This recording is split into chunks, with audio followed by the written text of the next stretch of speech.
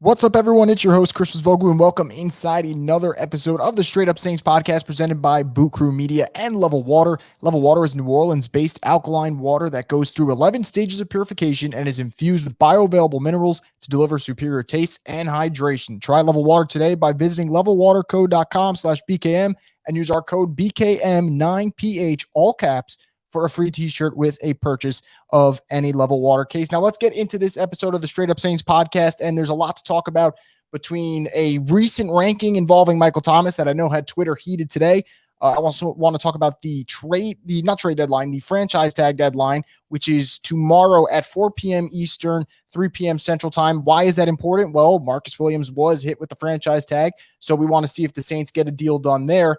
And then I want to talk a little bit about Xavien Howard and what's going on with that Dolphins situation. I think that's more of a hypothetical than it is an actual reality, but it's something to talk about. And obviously, since the Saints were listed as a rumored destination, it's worth discussing for sure. And obviously, if you have any comments along during this Straight Up Saints episode, just drop them in and I'll put them up on the screen and we'll discuss it throughout it. And I'll just break off topic for it if you guys have any comments. But look, without further ado, let's just jump into it. Let's talk about Michael Thomas and the new ranking. So ESPN every year does a positional ranking, and it's pretty legitimate because you're talking about players, executives, coaches giving their opinion. So this isn't your least favorite analyst just going on TV like a Max Kellerman and just saying, okay, I think this player should rank here and this player should rank there. No, this is players, coaches, executives, a bunch of people coming together and they rank it out. And for wide receivers, Michael Thomas was ranked 8th. And as you'd expect, that really just didn't sit well with Saints fans, including myself. I was pretty livid about it too, and I was tweeting about it.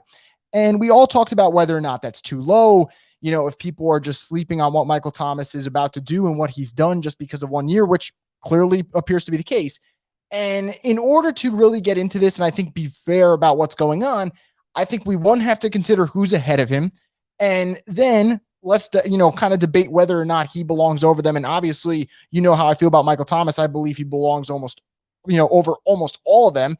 And the only two I'll give an exception, and they were ranked 1 and 2 respectively on this list, were Davante Adams of the Green Bay Packers and DeAndre Hopkins of the Arizona Cardinals. Now, those are the only two receivers on this list that I feel like if you come at me and you say, hey, Chris, I think Davante Adams is better than Michael Thomas, or I think DeAndre Hopkins is better than Michael Thomas, you can come up with a lot of numbers that can make a fair debate. Now, I'll probably still take Michael Thomas in some arguments, but if you want to tell me Davante Adams is a better wide receiver, by all means, Davante Adams is one of the best in the game, and the numbers he just put up in a what have you done for me lately league are extremely impressive. So those guys, let's just get them out of here because I think those are two players who you can make an argument are better than Michael Thomas, so we put them off to the side. This is where it gets tricky. You have Tyreek Hill and Stephon Diggs both ranked over Michael Thomas. Tyreek Hill, for me, as special as he is, and his speed is so exceptional, there are ways, and I know it's tough, there are ways you can kind of make sure that Tyreek Hill isn't as much of a factor. Now, he will always be a factor because his speed is just blazing, and we've seen it, but can Tyreek Hill be a better receiver in the red zone? I'm not sure. Is he a more physical receiver? Obviously not. So there are, in my opinion, I would rather have the big-bodied receiver like a Michael Thomas, who, by the way, 2 years ago broke the record for most receptions in a single season. I love how we just all forget about that. I'd rather have him. Stephon Diggs is a guy who I really like. Obviously, I like him more now that he's off the Vikings, but I'm still taking Michael Thomas over Stephon Diggs, who is a really, really, really great receiver. But I think Michael Thomas, 1, has done it more often, in my opinion, and 2, I think just brings more to the table. Albeit Diggs is good, I would still take Michael Thomas over him. And then there's the group of 3 that just made no sense to me. And those 3 were Julio Jones, Keenan Allen, and Mike Evans. I'll go into the 3. Like, if you want to tell me that the first 2 are better than Michael Thomas, and if you want to make an argument that you rather have Tyreek or Stephon Diggs because they're faster, whatever, all the power to you if that's what you want. But man, if you're going to sit here and you're going to tell me that Mike Evans, Julio Jones, and Keenan Allen are better than Michael Thomas, I'm just going to sit here and be like, are you kidding me? Because with Julio, do his injuries not count? So if Michael Thomas gets injured for the 2020 season and misses time, we're going to immediately penalize him and say, okay, that's it. You're the 8th best receiver in the league. Julio Jones can miss games in 2020, 2019, 2018, almost every single year, but we're still going to rank him very high on this list. Keenan Allen, another guy who's missed a significant amount of time because of injuries, and obviously that stinks, but that is a fact. He doesn't get penalized. He has one good season because, again, It's a what have you done for me league. And when Keenan Allen stays healthy for this past season, you're going to put him over Michael Thomas. I find that a little odd. And then Mike Evans. Look, Mike Evans is a really good receiver, and I think us Saints fans do a really bad job of, diminishing what Mike Evans is because we don't like the rivalry he has with Lattimore. We don't like the shove that he had on him and all that stuff. But Mike Evans is a good receiver. However, you cannot sit here and tell me with a straight face that Mike Evans is a better receiver than Michael Thomas. I won't have it. I really won't. And the fact that, Mike Evans can go a game without a catch is just baffling. And the fact that he could do it consistently is baffling for me. So, and I do agree with that. I think Lattimore probably has something to say about that with Mike Evans being over Michael Thomas. I just find that very odd. And what really irked me about this whole list, because look, you can put a list together, and as long as you have certain data, as long as you have certain reasonings for the moves you make, and that's anything in life, guys, that's not just this rankings, but when you're going to make a certain statement, you want to have something to back it up. When they're talking about Michael Thomas being 8th, you have an AFC executive. Now, this isn't an analyst. This isn't me. An AFC executive says, and this is a quote, playing to his strengths means he needs an accurate quarterback, ... and Brees was perfect for him. And I'm not going to sit here and knock Drew Brees, and I'm not going to sit here and say that Drew Brees wasn't a perfect quarterback for Michael Thomas, because obviously the two went hand in hand, and they were so good at what they were able to do. But, have we not seen Michael Thomas play well with Taysom Hill? Have we not seen Michael Thomas play well with Teddy Bridgewater? And I have the stats also to back that up, because with Bridgewater, Michael Thomas had a game with 182 receiving yards against the Buccaneers. Michael Thomas had a game with 131 receiving yards against the Chicago Bears. Michael Thomas had 95 yards receiving in a game where the Saints didn't even score a touchdown. It was a Sunday night game against the Dallas Cowboys. Michael Thomas had 89 yards in a game where the offense only scored 13 points. It was the game against the Jaguars where everyone was just sitting there just tweeting negative things about Teddy Bridgewater because he couldn't hit the side of a barn. It was that bad. But Michael Thomas still had good numbers. And how about Taysom Hill, the guy who people can't stand when he's dropping back to throw? Michael Thomas had 2 100-yard receiving games with him in the 4 games that he was there. It's just baffling to me. Does having Brees help? Absolutely. But you know what? It's almost a 50-50 thing. Because how many people are going to sit here on Twitter and tell you guys that Drew Brees is overrated or Drew Brees stunk the last couple of years? So which one is it? Is Michael Thomas overrated, or did Drew Brees stink the last couple of years? You cannot pick both. It can't be Michael Thomas is overrated and, oh, by the way, Drew Brees was playing bad. Then how the hell did they put up the production? It makes no sense to me. And while we're on that subject of Drew Brees and what the last couple of years have been like, look, the first 2 seasons with Michael Thomas, that was perfect. 2019 and 2020, I think the argument can be made that Drew Brees' inability to throw the ball deep, obviously because he was getting older and the injuries, hurt Michael Thomas's route tree more than Michael Thomas not being able to run those routes and him needing a quarterback like Drew Brees to maximize his skill set. If anything, having Drew Brees was the reason Michael Thomas was not able to go past 15 yards a lot of his routes the last couple seasons, because you really have to play more to that short/intermediate passing game. So I just find it crazy. I think it's nuts. Now, I think there is some positive to this because Michael Thomas has that Jordan-esque attitude where he's probably going to slap this thing on a billboard in his house, and he's just going to sit there every day walking past and say, okay, 8th best wide receiver in the league. We'll see what they have to say after the 2021 season is over. So I think there's some bulletin board material there. But it is crazy to me. A year ago, we were talking about Michael Thomas breaking a record for the ages. We were talking about Michael Thomas having the most receptions any receivers ever had in their first 4 years. And we were talking about how this guy is on track to be a Hall of Famer, and he probably still is. And you have 1 year where you weren't bad, you were hurt, and you fall to 8. How quickly they forget. I think it's crazy. I really do. This is just going to play into the narrative that people think he just runs slants. And at this point, we really can't stop it. But there are some stats, like I said before, that really just eliminate a lot of narratives. And the idea that he's not good if he doesn't have Drew Brees just is crazy. I mean, Nick Underhill, who obviously the guy puts out great stuff every single day, put out today 87 yards per game receiving. That's what Michael Thomas had with Taysom Hill. Come on. And look, I'm not this guy that's going to sit here and tell you that Jameis Winston's going to put up MVP numbers next season, but I think Jameis Winston's a better quarterback than Taysom Hill. And if Michael Thomas can do that with Taysom Hill, he could probably put up a good amount of yards per game with Jameis Winston. And especially with a 17-game regular season coming up, he's going to put up good numbers if he's healthy. And I think we're all going to look back at this list and we're going to laugh, because never in a million years would you be able to have a football conversation right now and say, okay, rank the top 7 wide receivers in the league or the top 5 wide receivers in the league, and Michael Thomas is off the list. I mean, yeah, if you ask a Falcons fan, they'll tell you that, but they don't know what they're talking about. But if you ask just a unbiased NFL fan, a casual fan, you are not going to go past the top 5 without Michael Thomas. He's the best possession receiver in the game. His physicality on routes, the way he just runs them, it's so violent, but violent in a good way. I mean, Michael Thomas is just his ability to get open and find those openings in the defense. Not many guys can replicate that. So I find it crazy. Obviously, by reading the comments that you guys have been sending me throughout, you guys find it crazy as well.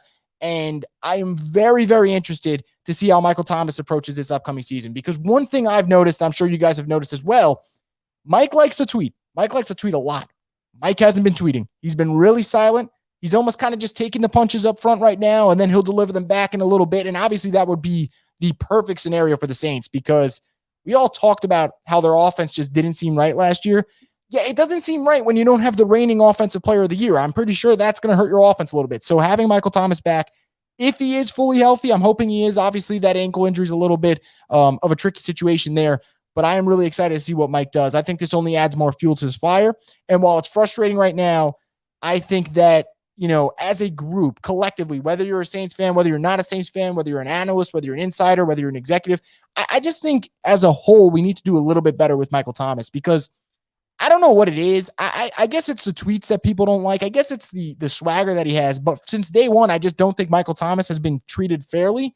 And I know, people are going to say, oh, who cares? He's getting paid X million dollars per year. He can take it. And it's not about that. I know he can take it, but we just need to be a little bit more fair, because I don't see the national media going on Mike Evans when Marshawn Lattimore just zips him for like 3 straight games. Michael Thomas has one bad game, and we're just plastering that thing all over. And the reason I say that is I vividly remember the 2018 season, the playoffs that they had. Everyone was so quick to talk about how Michael Thomas had 4 catches for 36 yards in the NFC Championship game and talk about how bad he played and what and this and that. He literally just beat the Eagles like a drum nonstop the week before, and had Michael Thomas not been in that game, the Saints lose that game. Michael Thomas was their best player. He carried the team throughout. And that game apparently doesn't matter. The game against the Vikings with 2 touchdowns, 80-plus yards against Xavier Rhodes, that didn't matter. The 130-plus against the Panthers, and I believe his first playoff game, that didn't matter.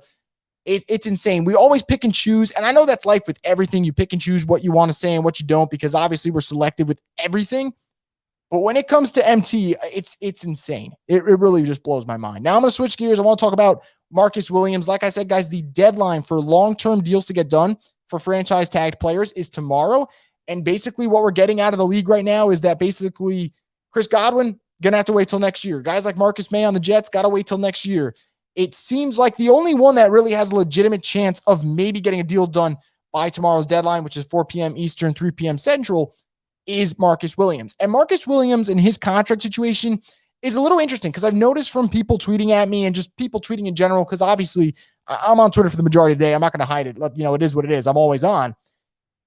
It's a little bit of a controversial topic in the sense that you have half the crowd that really wants Marcus Williams to get extended, and I'm part of that crowd.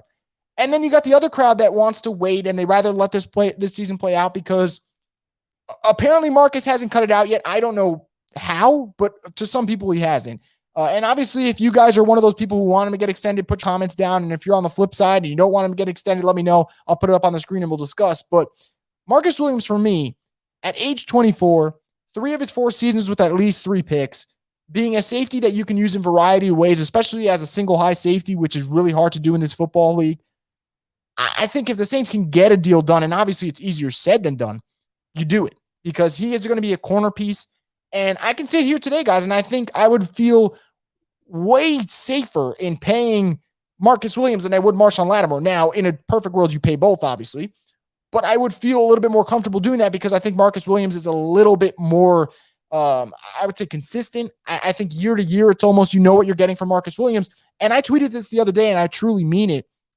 I think that Marcus Williams, I don't think we've seen the best of Marcus Williams, because like I said, people forget. He's been in this league for 4 years now, guys, and he's only 24 years old. He's extremely young, extremely versatile, extremely talented.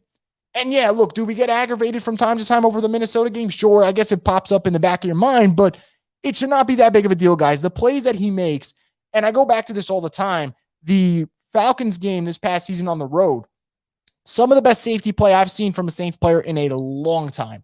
I mean, what he was able to do, the breaks he had on the ball, and again, it's not all about interceptions, because I did have a little bit of a back and forth with someone who said he only has, I believe, 13 picks in his first 4 years, and they didn't think that was enough. And I was kind of baffled by that because, in my opinion, 13 picks in a 4-year span is pretty damn good because, we all love Tyrann Mathieu, obviously, a former LSU guy, and everyone loves the Honey Badger. The Honey Badger in his first 5 seasons with the Cardinals had 11 picks.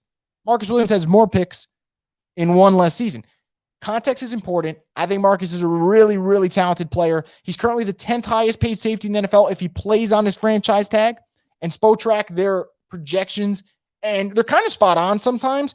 Their projections are $13.5 million per season. And I know that people are going to just sit there, see that number, $13.5 million per season for Marcus Williams. And some of you are going to say that's a steal. The other half's going to be like, man, I don't know if I want to pay that money. I would pay that money. I really think that Marcus Williams, you went out of your way to franchise tag him. And I don't think you would go out of your way to franchise tag him unless you thought that he's someone that you want in your future plans. And maybe you want to wait and see how he plays with the new DBs coach. And I don't think that would be the worst strategy in the world. But if you can get a deal done before that 4 p.m. Eastern deadline tomorrow, you get that deal done. And more importantly, I think it would be another way of the Saints once again this offseason, which they've done so many times and people still won't just believe what they're seeing, telling people while they are retooling, they're not rebuilding because the core pieces for this team, Alvin Kamara locked up long-term, Michael Thomas locked up long-term, Ryan Ramczyk locked up long-term, DeMario Davis got a contract before week 1's game. I mean, they have done an excellent job of keeping the core pieces intact. I know everyone wants to lose their minds over the roster, the role players they lost because of the cap, but they are keeping their core guys on the roster. And if you extend Marcus Williams, that is another guy from your really great 2017 draft class that you have on for the long haul. And you say, okay, this is a building block for our secondary, and it really eases things. So I hope a deal gets done. I don't know if it will, but it's something that people should monitor tonight in the morning. And the Saints did put up a tweet about Marcus Williams being a ball hawk early this week, and I kind of thought that was them foreshadowing a deal. So if it happens, I'm going to go right back to that tweet, and I'm just going to be like, all right, they were hinting at it. And if not, then kind of a weird tweet to put out, a little tone deaf, if you ask me. But I'm going to say I'm 50-50. I really think there's a good chance that a deal gets done, and that's going to be interesting. And now, since you guys asked, it brings me to literally my last point, and I'll go on for a little bit here. It was the Xavien Howard trade talks. And Xavien Howard, if you guys don't know, he's one of the best cornerbacks in the league. You can make an argument that he was the best cornerback in the league last year. Obviously, you have your Jalen Ramsey fans and you'll have your Jair Alexander fans, but Xavien Howard was great. The one thing you can't deny is that he led the league in interceptions with 10 of them. He was so good, all-pro last year.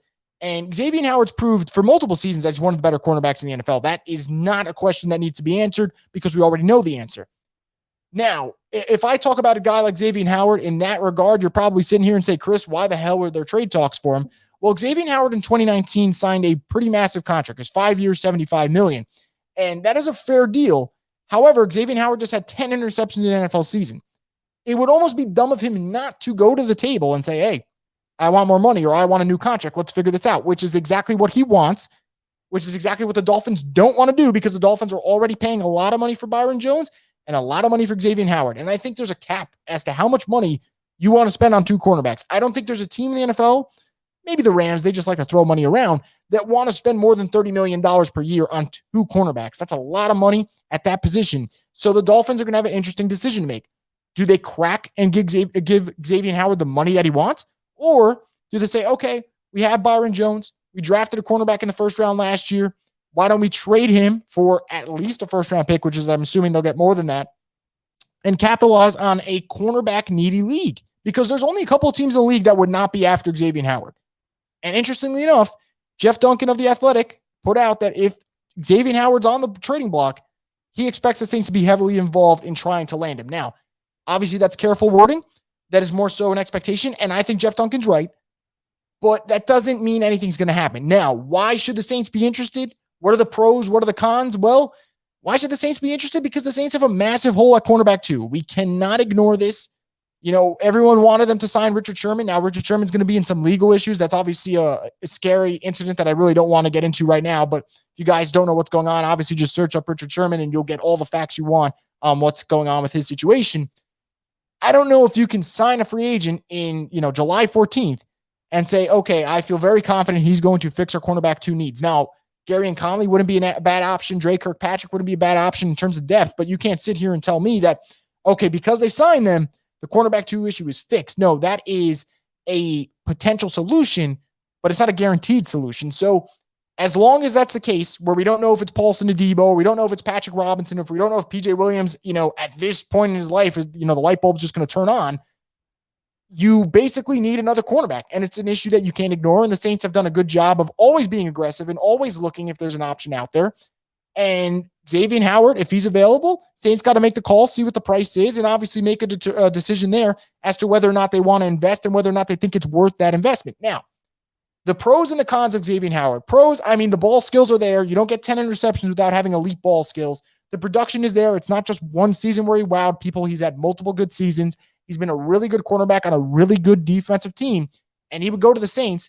And assuming that Lattimore isn't part of this deal, for at least 1 year, you would have the best cornerback tandem in football. You cannot find me a better cornerback tandem than Marshawn Lattimore and Xavien Howard. That would be the best 1-2 punch at that position in football, and it really would, if they play up to their potential, would be amazing, because I think that would really just shut down teams on a week-to-week basis. When you have a secondary that has Marcus Williams, Malcolm Jenkins, Xavien Howard, and Marshawn Lattimore, I don't know how you're going to throw the ball consistently on that group. So that would be a pro. Adding a guy who is an all-pro, a Pro Bowl caliber player who is 28 and in his prime, that is a pro, but that is also a con. And the reason I say that is if Xavien Howard wants a new deal, that means you're going to be paying this guy a lot of money for future years. And with cornerbacks, they're kind of like running backs in the sense that when they fall off the cliff, it's over. You can't just fall off the cliff and get back on. It's not going to happen. And for corners, when you play in a league where it's already favoring offenses and these receivers are getting better and better each year. We had about 20 receivers this year in this draft that I sat here and was like, man, I like this prospect. I like that prospect. They're getting better each year. You have to go out there and cover guys like Michael Thomas 1 week, and then the next week you got to cover a guy like Devontae Adams, and the next week you got to cover a guy like DK Metcalf, who can jump 42 inches while holding a 15-pound medicine ball. These guys are not human. They're incredible athletes. So it's already tough enough for corners. And then you get to an age where kind of fall off a cliff. And we've seen that with the Darrelle Revis. We've seen that with the Champ Bailey. We've seen it with guys, even the greats. You get to an age, even Nnamdi, who everyone loved Nnamdi, you get to a point where you just don't have it anymore because you are playing the hardest position outside of quarterback in the NFL, and you just can't keep up. So I think it's a little bit of a worry that Xavien Howard is 28 because, man, do you want to give him that big deal and then 2-3 years from now he's playing terribly, but you're still under contract for like 3 or 4 more years? It's a really tough ask. And to make matters worse, you have a decision to figure out with Marshawn Lattimore. And this is why I'd be a little, shocked if the Saints actually acquire Xavien Howard. I would commend them for going after him. And depending on what the compensation would look like, I would make my, opinion on a deal then. So I'm not here to say, oh, the Saints shouldn't go after Xavien Howard. They absolutely should call and see what the price is for Xavien Howard. They'd be stupid not to, and I guarantee you they will ask. But they got a decision to make on Marshawn Lattimore, who, by the way, is younger. He's 25. He is younger than Xavien Howard. So you think, okay, if we're worried about the age factor, advantage would go to Lattimore. Now, advantage in skill set, that goes to Howard. That's not a debate, in my opinion. I think Xavien Howard's the better football player. But Marshawn Lattimore is someone who, all right, was the second half of last season something that he picks up where he left off this year? Or do we start the usual cycle where Marshawn Lattimore kind of starts the season on a slow start and then picks it up, which, again, is fine for a team like the Saints where you make the playoffs every year because you're getting a guy who's ascending at the right time. But if the Saints do pay Marshawn Lattimore big bucks, they want him to produce every week. They don't want him to produce when he feels like it. And I know this, the issues about Lattimore's consistency, I think they're almost gone. I think it was more of a concern 2 years ago than it is now. But again, the Saints have to figure out, do they want to pay Marshawn Lattimore long-term? Is he a guy who they think is a cornerback one for the foreseeable future? If that's the case, then the Saints' desire, their interest in Xavien Howard, I think takes a little bit of a hit because you think, okay, our shutdown corners in the building, we just need a good Robin to the Batman. Now, if you don't think Lattimore's your Batman, and I know I use this reference an awful lot, so bear with me when I do this, then okay, then maybe we should be a little bit more serious in the idea of acquiring Xavien Howard. And I agree. It's this thing with Marshawn, I defend him more than I criticize him, but I do criticize him when I feel like he does deserve the criticism.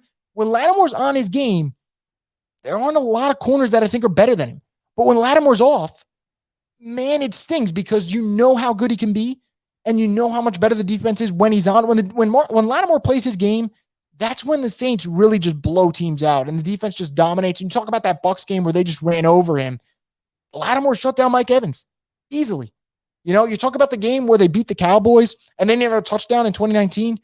Lattimore locked up Amari Cooper. So when he plays on his game, man, it's fun. And it really is upsetting because the way he came out of the gates, winning Defensive Rookie of the Year and playing at such a high level, you kind of had those Jalen Ramsey-esque expectations and he hasn't really hit them. That doesn't mean he's been bad because obviously, I just told you guys, I thought he had a really strong second half of the 2020 season, but you want a little bit more. So the Saints have a decision to make with Lattimore, I think, and obviously behind closed doors, they have a clear opinion of what they think he can be and what he is, and those are all important things, and that will dictate whether or not they go after Xavien Howard, in my opinion, because Xavien Howard, I don't think you go all in investing first-round picks when you don't even know if your quarterback is the answer for a second cornerback. If you think Lattimore's the answer. If you don't think Lattimore's the answer and you don't think he's the cornerback one on this team this year, next year, 2 years from now, and you don't even think about extending him, okay, let's talk shop. But for now, I'm more on